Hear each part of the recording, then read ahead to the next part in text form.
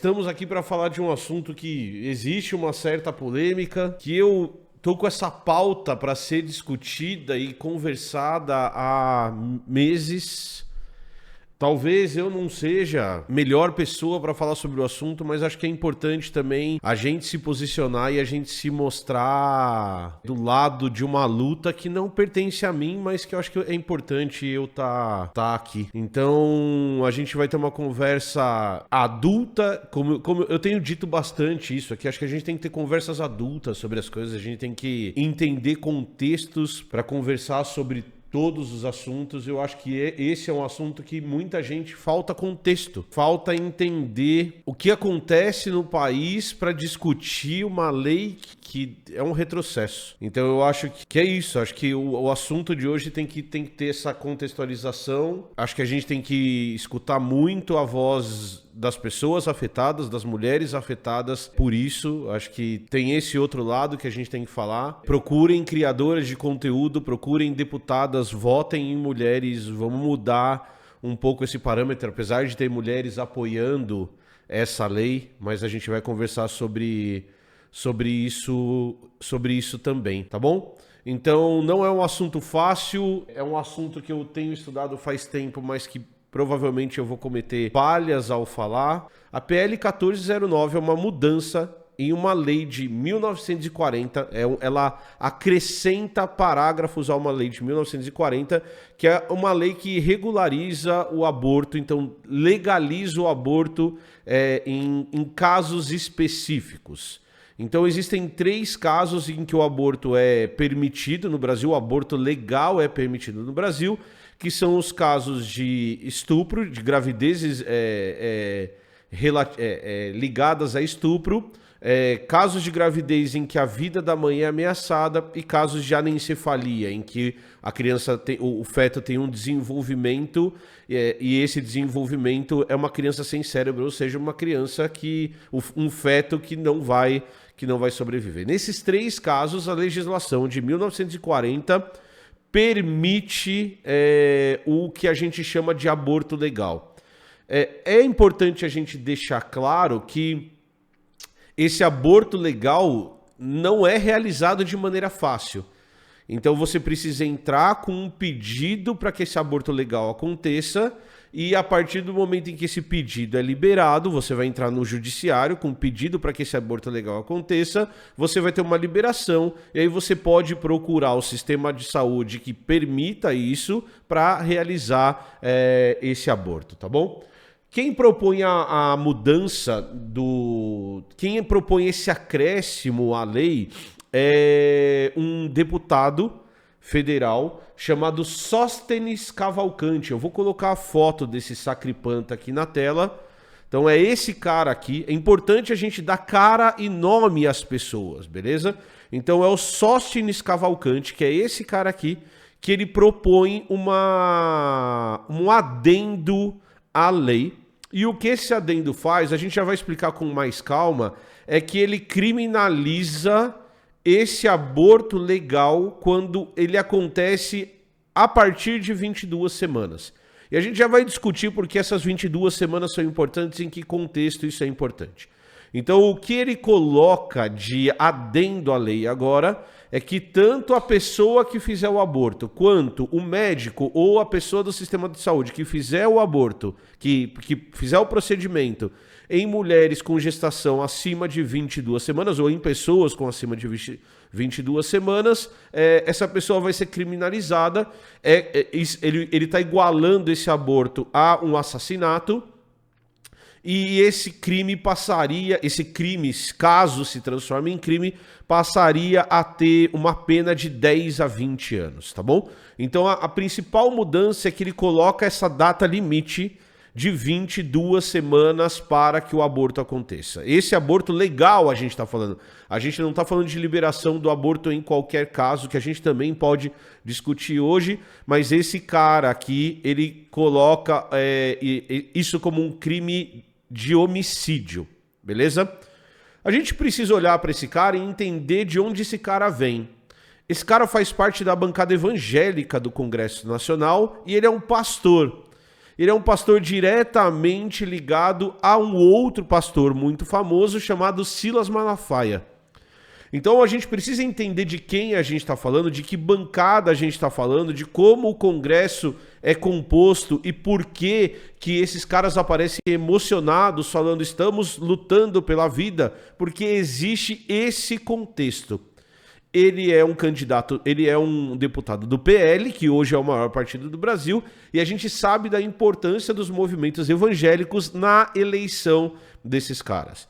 Então a gente pode discutir o que a gente quiser, mas o fato da gente ter religião misturada à política é um fator importante que precisa ser considerado nesse contexto. Então, a gente precisa dar cara aos bois, a gente precisa mostrar quem são as pessoas por trás do projeto que está acontecendo.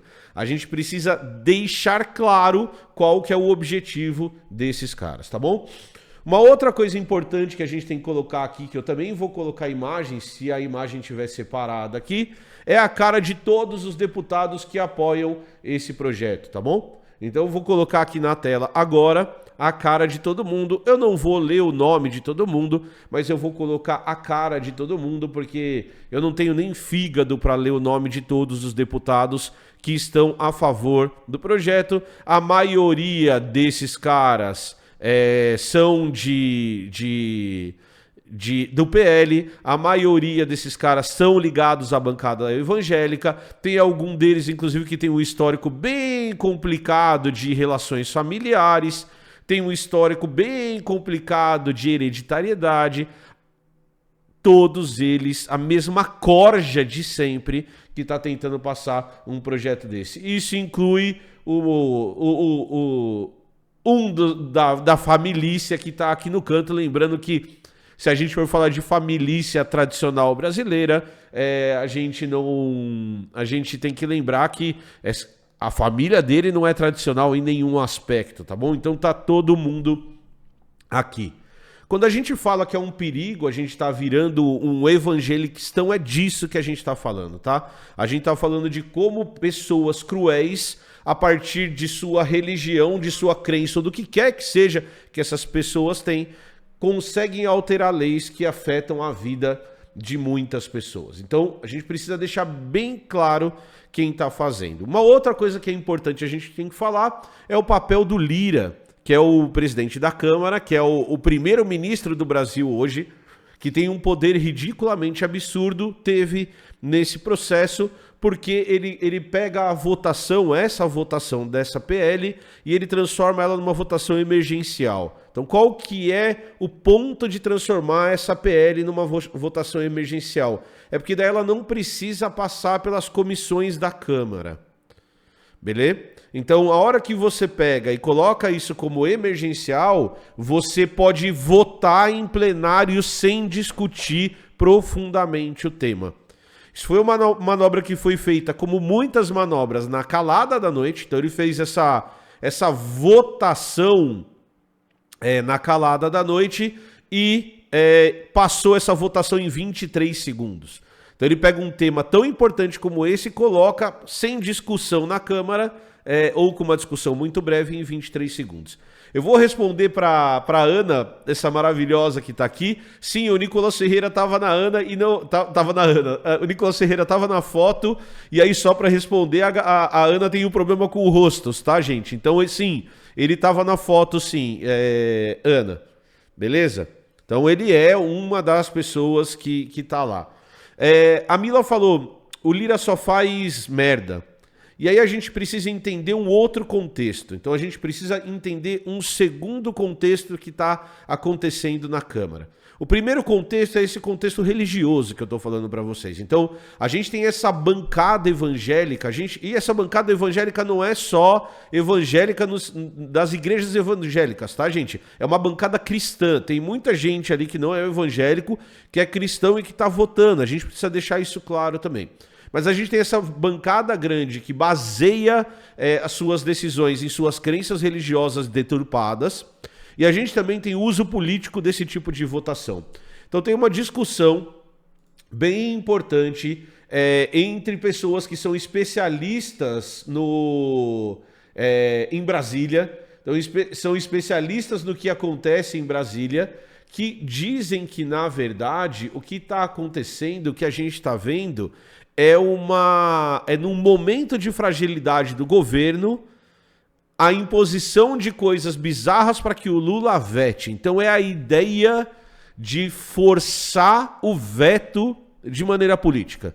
Então é o uso político de pautas que não deveriam ser usadas politicamente nesse sentido. Apesar da gente estar falando que a gente aqui sempre está falando do uso amplo de política, mas aqui a gente está falando de uma disputa de poder entre o Lira, entre a Casa Legislativa e o Executivo. Então o que eles estão fazendo é uma tentativa de demonstração de poder. Eles querem saber se o Lula vai usar capital político para vetar isso ou não. Como a gente já discutiu bastante. Silas, muito obrigado por mandar os 10 presentes de assinatura do Blá Blá. Valeu demais. Muitíssimo obrigado, tá bom? Obrigado por estar aqui, obrigado pelo apoio ao canal. Você é incrível. E obrigado a todo mundo que apoia o Blá Blá de qualquer maneira, seja através do nosso Catarse, seja através do like. Então tem uma segunda camada dessa disputa de poder. O que está acontecendo é, mais uma vez, uma disputa de poder no Congresso, em que o Lira e a galera do Centrão está pressionando o governo federal num momento de fragilidade, no momento de fragilidade econômica, no momento em que o Haddad está sendo pressionado, no momento em que o Lula está sendo pressionado para trocar o ministro da Economia, no momento em que tem um monte de coisa acontecendo e você tem essa lei passando para você ter esse teste político, tá bom? Além de pressionar o executivo, também tem a pressão e a briga do Congresso contra o judiciário. Então é aquela história do vamos ver o que o STF vai fazer. Então não é a primeira vez que isso acontece e a gente sempre precisa considerar todo esse contexto. Então a gente teve essa conversa, por exemplo, quando a gente falou sobre porte de maconha, em que ao mesmo tempo que o STF está julgando e falando sobre porte de maconha, você tem o legislativo criando uma lei ainda mais dura. Então você tem essa disputa de poder dos dois lados. E essa disputa de poder dos dois lados, ela não envolve só o aspecto religioso, ela envolve também o aspecto político da história, o aspecto de dizer quem manda na história, tá bom? Então, beleza. Era isso que eu tinha para falar no vídeo de hoje. Eu espero que você tenha gostado. Deixa o seu comentário aqui embaixo. Não esquece de deixar o seu like. E, principalmente, se você gosta do nosso conteúdo, entra lá no Catarse do Blá Blá. catarse.me/blablajude. Com um E no final. Se você gosta do que a gente faz, nos apoie lá. É o apoio de vocês. É os R$5 que vocês mandam pra gente que fazem a diferença na nossa produção do conteúdo, certo? Até a próxima, tchau!